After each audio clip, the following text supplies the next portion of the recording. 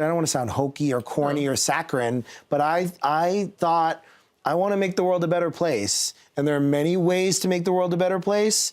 But I thought one of the ways that I want to do that is running for office and trying to have a real impact on public policy in the city that I love.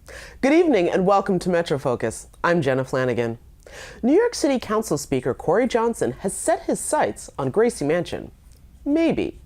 Johnson, at 36, is very much a rising star in New York City politics, and he made his announcement this morning by tweeting, quote, "It's a big decision, but I'm thinking about a people-powered mayoral run." Johnson is vowing to base his fundraising on small donations only, pledging not to take any money from real estate developers, lobbyists, or corporate political action committees. And he says he will not accept more than $250 from individuals in total. When and if he does formally announce his candidacy, Johnson is likely to enter a large Democratic field in 2021, when Mayor de Blasio's second and final term runs out. Here with analysis on this breaking development, as well as a rundown of the top political stories in our state, is City and State Editor-in-Chief, Jonathan Lenz. Jonathan, welcome back to the program. Good to be here. So let's start with the Council Speaker, Corey Johnson. He made this announcement that's got everyone abuzz on Twitter. Sure, and it's not entirely surprising. He's really become a high-profile political figure over the past year or so. He became the council speaker.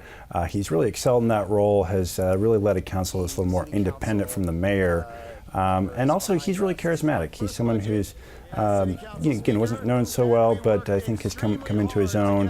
Whereas the other contenders, again, I think they've been positioning themselves for a mayoral run for a longer period. This seems kind of early for the mayoral run. Is this too early, or is this something else? Well, actually, again, with Johnson in particular, he really set the playbook with his run for council speaker. He started very early, years in advance, began working with different members, building up support, working with outside interest groups, and succeeded, became the council speaker. All right, well, we of course will be watching that race as it develops with apparently more contenders.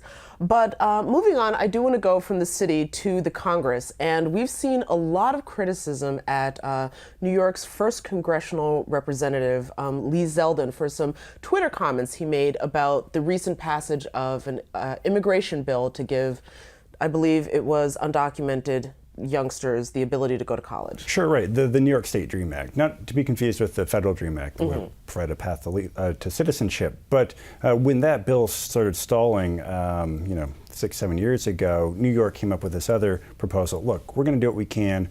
We're going to offer financial aid for these young undocumented immigrants. Didn't go anywhere with the Republican State Senate, but now with Democrats controlling both houses of Albany, that's gone forward. It's interesting to note that Zeldin was in the state Senate for some time, and so he was really on the front lines of those battles, trying to block that legislation.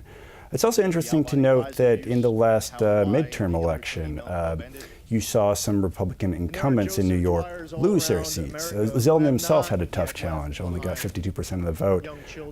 So it'll be interesting to see with things like this. He's really not distancing himself from Trump. He's embracing Trump. It might work for him. In his community on Long Island, MS-13 has been a really big issue, the violence from this gang, the Central American gang. And that seems to be working for him. Again, of course, there's a lot of opposition to what he's saying, that he's just too anti-immigrant. Speaking of controversy, I want to move back to Albany and with the governor. The passage of the Victims' Rights Act, I believe that's what it is? The Child Victims Act. Oh, Child Victims Act. Okay, thank you. Has gotten some criticism from a lot of groups, the Catholic Church being one of them.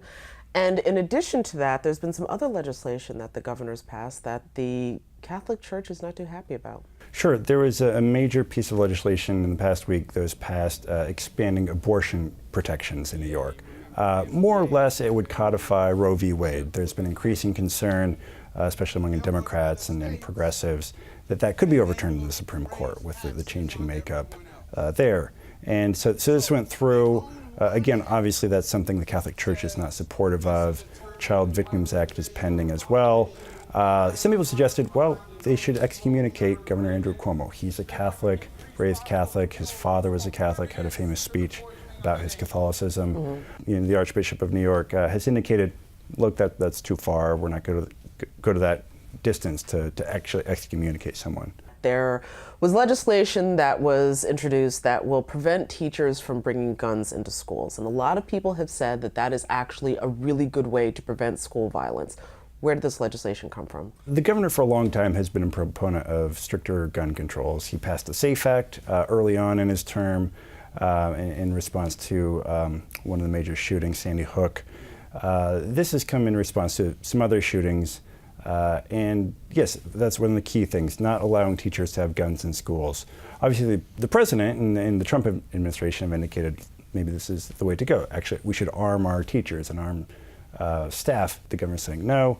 A couple other things tied in there, banning bump stocks. These were the devices used in that Las Vegas tragic shooting.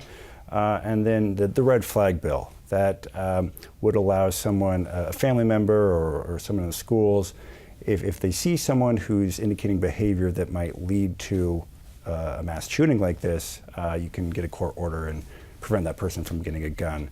So again, with these Democratic majorities in the state legislature, it looks like that will go forward. Listen, thank you so much for joining us again. Thank you.